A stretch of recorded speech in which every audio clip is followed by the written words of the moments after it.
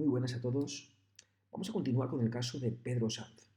Os recuerdo que estamos ante un pequeño negocio, una ferretería, y tratamos de determinar el rendimiento de la actividad económica mediante el régimen de estimación objetiva. Bien, tras presentaros el caso y haber analizado de una manera muy sucinta la orden de módulos para el año 2020, vamos a comenzar a hacer su liquidación. Os pido que tengáis en cuenta todos los datos. Los iniciales, que sabéis que son necesarios para efectuar la declaración, pero también que tengáis en cuenta la orden, porque la orden se ha analizado de una manera sucinta, pero no hemos profundizado en el contenido, de tal manera que pasaremos por cada uno de los puntos en la medida en que nos afecte. Bien, la tendremos aquí muy presente. Vamos a pasar a lo que es la liquidación. Fijaos tan solo en la parte de la pantalla que nos interesa en cada momento, porque viene a recoger de una manera síntesis el supuesto completo. Pero os voy a ir guiando. Fijaros, tenemos aquí en la parte superior, con un color, en este caso rosa, los datos iniciales que nos permiten recordar algunas cuestiones. En primer lugar tenemos al dueño, Pedro Sanz, que dedica la jornada completa a su negocio. Luego tenemos un trabajador que está a jornada completa y luego tenemos un trabajador que está a jornada a tiempo parcial. Fijaos, un trabajador a jornada completa tiene una carga horaria de 1.800 horas anuales. Así se considera a jornada completa. Un trabajador a tiempo parcial, como en este caso, estaría 900 horas. Por tanto, computa como medio trabajador a efectos del impuesto. También hemos tenido un consumo de 7.500 kilovatios y también tenemos una superficie de la ferretería, según escrituras, de 92 metros cuadrados. Estos son los datos. ¿Y por qué estos datos? Pues estos datos están relacionados con los módulos que hemos visto anteriormente. Hemos visto personal asalariado, como vemos, 1,5. Personal no asalariado, el titular que dedica toda su jornada, todo su tiempo al negocio, 1. Consumo de energía eléctrica, 75.000 kilovatios, sin perjuicio de que la unidad de medida no es el kilovatio, sino por cada 100 kilovatios. Y la superficie del local, que es la unidad por metros cuadrados, que era el 92. Por tanto, fase 1. En la fase 1 vamos a multiplicar cada módulo, personal asalariado, no asalariado, consumo de luz y superficie del local, multiplicamos el rendimiento que tenemos de cada módulo por el número de unidades. Estos vienen en la orden, los podéis ver aquí abajo, mientras que aquí ponemos personal asalariado 1,5, personal no asalariado 1, consumo de luz 75, porque la unidad de medida era por cada 100 kilovatios, por cada 100. Por lo tanto, si consume 7.500, con una sencilla regla de 3, pues podríamos ver que la unidad, en este caso las unidades que tiene son 75, ¿vale? Simplemente dividiendo 7.500 entre los 100 kilovatios de unidad. Y luego la superficie del local, 92 metros. Bien, si multiplicamos las unidades por el rendimiento de cada módulo, tendremos un rendimiento neto previo de 26.477,70. Bien, esta es la fase 1. Vamos a la fase 2. Os recuerdo que este rendimiento neto previo puede reducirse por dos cuestiones, una por empleo y otra por inversión. Vayamos entonces a la del empleo. Fijaros, en materia de incentivos del empleo nos iríamos a la orden, ¿vale? Y regula de forma específica un coeficiente que podemos aplicar para minorar ese rendimiento neto, ¿vale? Tiene que ver con el incremento en el número de personas asalariadas. Y fijaos, si nos leemos precisamente este punto, viene a recoger lo siguiente. Por una parte tenemos que lo que podemos reducir es el rendimiento de este módulo por contratación, por incentivos al empleo. O sea que este es el módulo que se puede reducir. ¿En cuánto se puede reducir? Bueno, vamos a ver en nuestro caso. En nuestro caso tenemos, por una parte, nuestro módulo se computa como 1,5. Tened en cuenta que el ejercicio anterior tenía un trabajador y que este año, el que estamos liquidando, tiene 1,5. Luego el incremento ha sido de 0,50. Por tanto, repito, de este 1,50 trabajadores de este año, el incremento es 0,50. Bien, pues 0,50 según la orden se tiene que multiplicar por el coeficiente 0,40. Así que incremento 0,50 por el coeficiente que nos señala la orden 0,40 nos da un coeficiente de 0,2. Repito, 0,5 por 0,4 tenemos 0,2. Este es el coeficiente que podemos aplicar ahora por el incremento. Sin embargo, tenemos del 1,5 trabajadores, el incremento ha sido de 0,50. El resto, el que ya venía trabajando y el que no supone incremento de plantilla, pero que también cuenta como incentivos al empleo. El resto, 1, se aplicará el siguiente coeficiente. Hasta un trabajador aplicamos 0,1. Si hubiera entre 1 y 3, 0,15. Si hubiera entre 3 y 5, 0,20. En nuestro caso es este, hasta 1, porque teníamos un trabajador. Luego cogemos el coeficiente de 0,10, en cuyo caso, fijaos, por una parte tenemos un coeficiente de 0,2 por el incremento. Y por otra parte tenemos un coeficiente de 0,1 por el trabajador que ya teníamos. Si sumamos los dos coeficientes que hemos calculado, 0,2 y 0,1, sale 0,3. Y 0,3 es el coeficiente que tenemos que multiplicar al rendimiento de módulos del personal asalariado para calcular la reducción. En este caso, tendríamos que si el rendimiento por módulo es 3.709,88 y hemos calculado un coeficiente de 0,30, podríamos reducirnos el rendimiento neto previo en 1.112,96 euros. Muy bien. Por otra parte, tenemos incentivos a la inversión, que básicamente son reducciones por lo que conocemos amortización. Os recuerdo que en los datos iniciales teníamos el local, en el que el valor del vuelo es de 110.000 euros, que es, ya conocéis, lo que podemos realmente amortizar, lo que pierde valor. Tenemos el ordenador con TPV por 1.080 euros y tenemos el mobiliario y estanterías por 8.500 euros. Bien, si nos vamos aquí, bueno, pues aquí tenéis el inmovilizado, tenéis los diferentes elementos que tiene como inmovilizado y cuándo se han adquirido. Bien, en este caso lo que necesitamos conocer es, en primer lugar, valor residual. No tiene. En ninguno de estos elementos tenemos valor residual. Por lo tanto, la base de amortización coincide con el precio de adquisición. Por otra parte, tenemos que conocer los porcentajes de amortización. Para ello, os recuerdo, tenemos una tabla específica para la estimación objetiva. Y os recuerdo que tenía 6 puntos. ¿Vale? Vamos buscando cada uno de los elementos. Fijaos, en primer lugar tenemos el local. El local lo tendríamos como, bueno, pues edificios y otras construcciones en el grupo 1, a un 5% máximo, que es el que vamos a elegir, 5%. El suelo, como sabéis, no se amortiza. Bien, luego tenemos el mobiliario.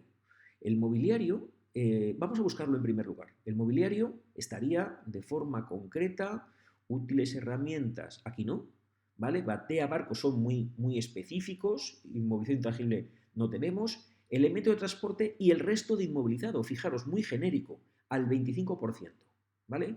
Entonces, el mobiliario se amortiza al 25%, pero fijaros, no he puesto amortización. ¿Por qué? Porque amortizando al 25%, el mobiliario lo vamos a amortizar en 4 años. Si se compró en el año 2012, entre el año 2012, 13, 14 y 15 ya está amortizado y por tanto no tiene amortización. Lo mismo le ocurre al TPV. Fijaros, buscamos el porcentaje del TPV. El TPV estaría dentro de útiles herramientas, equipos para el tratamiento de información y sistemas y programas informáticos, al 40%. Si amortizamos al 40%, en 2 años y medio estaría amortizado. Por lo tanto, se amortizó en el año 2015, 2016 y la mitad del 2017. Por tanto, están amortizados. La única amortización que tenemos es la que se refiere al local por 5.500 euros. Bien, pues cogemos este importe y lo llevamos aquí minorando el rendimiento neto previo. De tal manera que en esta fase 2 lo que tenemos en cuenta es, partimos del rendimiento neto previo y deducimos los incentivos al empleo de 1.112,96 y los incentivos a la inversión, amortización por 5.500. Arrojando entonces lo que se llama el rendimiento neto minorado por estos dos conceptos, que en nuestro caso serían 19.864,74 euros. Muy bien. Continuamos hacia la tercera fase. La tercera fase lo que incluye son una serie de índices correctores, generales y especiales. Os recuerdo, vamos a ver nuevamente la orden, ¿vale? Y, bueno, pues tras analizar en este caso los incentivos por empleo y por inversiones, vamos a la fase número 3. Os recuerdo, teníamos índices correctores especiales que eran muy específicos para el comercio al por menor de prensa, para taxis, transporte de viajeros por carretera, transporte de mercancías. Bien, no estamos dentro de los especiales y dentro de los generales.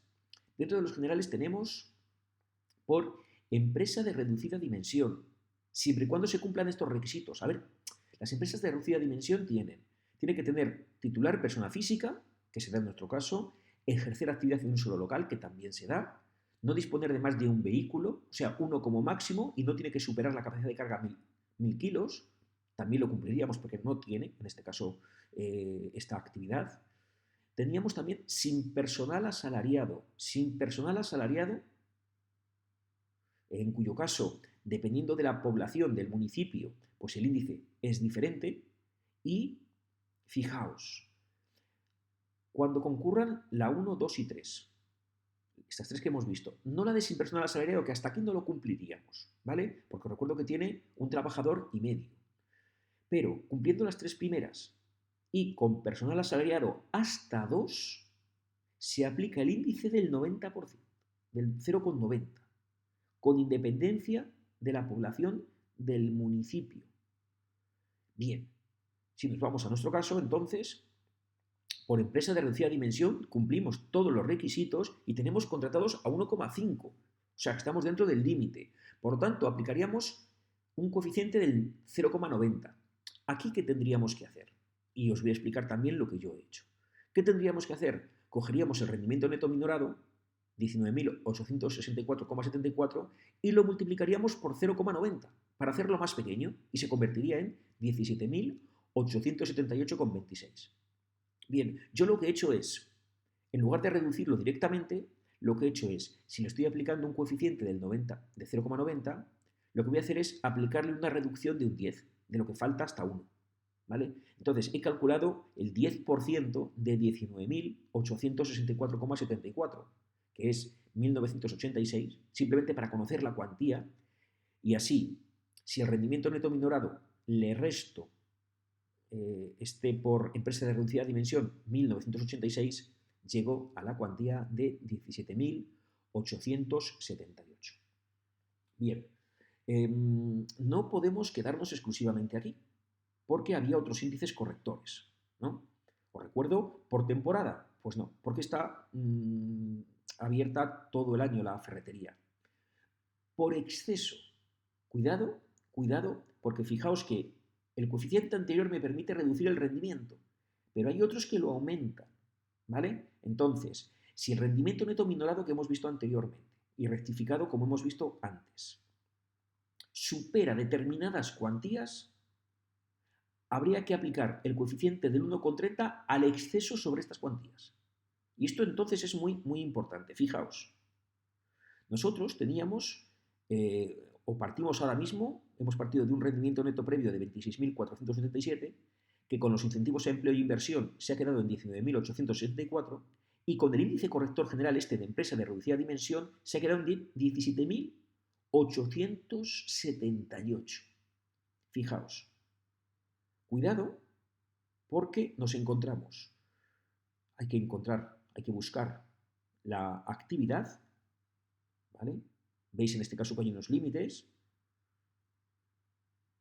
calzado, aparatos eléctricos, y aquí tenemos, fijaros, comercio al por menor de artículos de homenaje, ferretería, adorno, regalo, ferretería. Fijaos que hay un tope de 24.470. Tenemos un tope. Ese tope no lo superamos. Por tanto, no vamos a tener que hacer nada más. Si lo hubiéramos superado, imaginaros, que nos hubiera salido aquí, en este punto en el que nos encontrábamos, 17.878. Si ahí hubiera salido 25.470, es decir, nos hubiéramos pasado en 1.000 euros, esos 1.000 euros habría que haberlos multiplicado por 1,30 y entonces tendríamos que haber incrementado el rendimiento. Esto es, repito, muy interesante. Bien, y hasta aquí viene la orden. Si os dais cuenta, estas son las instrucciones que regula la orden, sin perjuicio de lo siguiente, y es que sabemos, porque lo hemos visto también al comienzo en la orden, en los artículos iniciales, era en concreto la disposición adicional primera, hemos visto que para el año 2020 hay una reducción general del rendimiento neto de un 5%. Por tanto, llegado a este punto, calculamos el 5% de 17.878 y sale 893,91. Bien, si lo restamos entonces, estamos en un rendimiento neto de la actividad de 16.984,35 y como no tenemos rendimientos irregulares y ha superado estos 12.000 euros de mínimo que había, el rendimiento neto reducido total se queda en 16.984,35 euros. Bien, ya habríamos calculado lo que es el rendimiento neto de la actividad. Esto es lo que vamos a imputar en la declaración de la renta. Ahora bien, en tanto hemos visto anteriormente el tema de los pagos fraccionados, ¿qué pagos fraccionados ha hecho a lo largo del año? Fijaos, si os dais cuenta, este cálculo que acabamos de hacer lo conocemos a principio de año, porque sabemos, en principio, las condiciones. Otra cuestión es que se vayan modificando a lo largo del año y haya que regularizar posteriormente. Pero si lo conoces, una vez que tenemos calculado el rendimiento neto, os recuerdo que el pago fraccionado era un 4, un 3 o un 2 en función de las circunstancias. ¿Vale? Entonces, en nuestro caso, se aplicaba un 3%. Os recuerdo, con carácter genérico era un 4%. Después, era un 3% con un trabajador asalariado y 2 cuando no tenía trabajadores asalariados. Entonces, en nuestro caso, aplicamos con un trabajador asalariado un 3%. Disculpad, porque no, tiene 2 asalariados. Y al tener 2 asalariados, vamos a revisarlo. Fijaros, para que no tengamos ninguna duda, ¿vale? Una vez que terminábamos, llegábamos a los pagos fraccionados, ¿vale? Entonces, en materia de pagos fraccionados teníamos, con carácter general es un 4%. Ahora, no obstante, si no tienen más de una contratada sería un 3%, mientras que en el caso de que no disponga personal asalariado sería un 2%. Así que, claro, revisándolo bien, en nuestro caso se aplicaría un 4%, ¿vale? Entonces nos vamos, ¿vale? Rectifico el error, seguramente que era una declaración anterior, ¿vale? Y en nuestro caso haríamos un pago fraccionado del 4% del rendimiento neto. Así que si a 16.984,35 le aplicamos el 4%, tendremos que ingresar trimestralmente la cuantía de 679,37 euros. Bien, pues una vez que lo hemos calculado, pasamos a hacer el modelo correspondiente. Fijaos, el modelo, a diferencia de estimación directa normal y simplificada, que era el modelo 130, aquí tenemos el modelo 131. Bien, en el encabezado, como siempre, el ejercicio y el periodo. Os recuerdo que salvo que cambien las circunstancias, los 4 pagos fraccionados van a ser iguales. Bien, ¿qué tenemos? En el apartado 1 tenemos actividades económicas en estimación objetiva distintas de las agrícolas, ganaderas, forestales y pesqueras. Por tanto, este es el apartado. Hacemos constar el epígrafe del IAE 653.3. A continuación nos pide el rendimiento neto de la actividad a efectos del pago fraccionado, que son 16.984,35, ¿vale? A continuación hacemos constar el porcentaje, que corrigiendo ya el error que hemos visto anteriormente es del 4%, y por lo tanto a pagar serían 679,37 euros. Bien, Como no tenemos más actividades, tenemos aquí espacios para más actividades, pero como no tenemos más actividades, entonces a ingresar serían los 679,37 euros. Bien, tened en cuenta que este documento vale para otro tipo de actividades, que podrían ser agrícolas, ganaderas, forestales, que para eso tendríamos el apartado número 2. Bien, no tenemos y lo dejamos tal cual. Bien, pasaríamos entonces a liquidación, y en liquidación, pues en principio partimos de los resultados anteriores, que tendríamos, nada, 679,37 euros, y al no tener retenciones e ingresos a cuenta, no tenemos ningún tipo, por ejemplo, si hubiéramos tenido intereses o algún tipo de retención que en nuestro caso no hemos tenido, bueno, pues entonces el resultado que arroja es el mismo, 679,37. Bien, de la misma manera, ¿vale? El resto de apartados no nos afectan, resultados negativos de ejercicios anteriores, por tanto mantenemos 679,37 y como tampoco hay complementaria, que sería el siguiente apartado, pues tenemos 679,37 euros como liquidación final. Esto es lo que obviamente tendríamos que abonar y anotamos en la casilla a continuación, ¿vale? Y os recuerdo que el plazo sería del 1 al 20 de abril para el primer trimestre, realizando el pago, por ejemplo, el último día, ¿vale? También recuerdo que este documento, este impreso, es un documento simulado, que actualmente liquidamos el modelo 131, bien con las posibilidades que pueda tener un programa contable, o bien directamente si lo hacemos con la forma más habitual, la más normal, que es desde la propia página web de la Agencia Estatal de la Administración Tributaria. Muy bien, pues en esto consistiría la liquidación del impuesto de la renta de las personas físicas cuando hablamos de estimación objetiva para una actividad como la ferretería, que es diferente de actividades agrícolas, ganaderas, forestales y pesqueras. No me entretengo más. Señalar de una manera muy clara cómo tenemos que buscar que la actividad esté encuadrada dentro de la orden, que no supere los límites, y a continuación buscamos los módulos y tanto unidades y el rendimiento de cada uno de los módulos. Y a partir de ahí pasaremos por estas 5 fases. Desde el punto de vista de gestión del impuesto, tenemos que hacer estos cálculos a 1 de enero, con el fin de poder calcular los diferentes pagos fraccionados. Y sin perjuicio de lo que haremos ahora a continuación para incluir estos datos en su declaración de la renta. Nos vemos en el siguiente vídeo.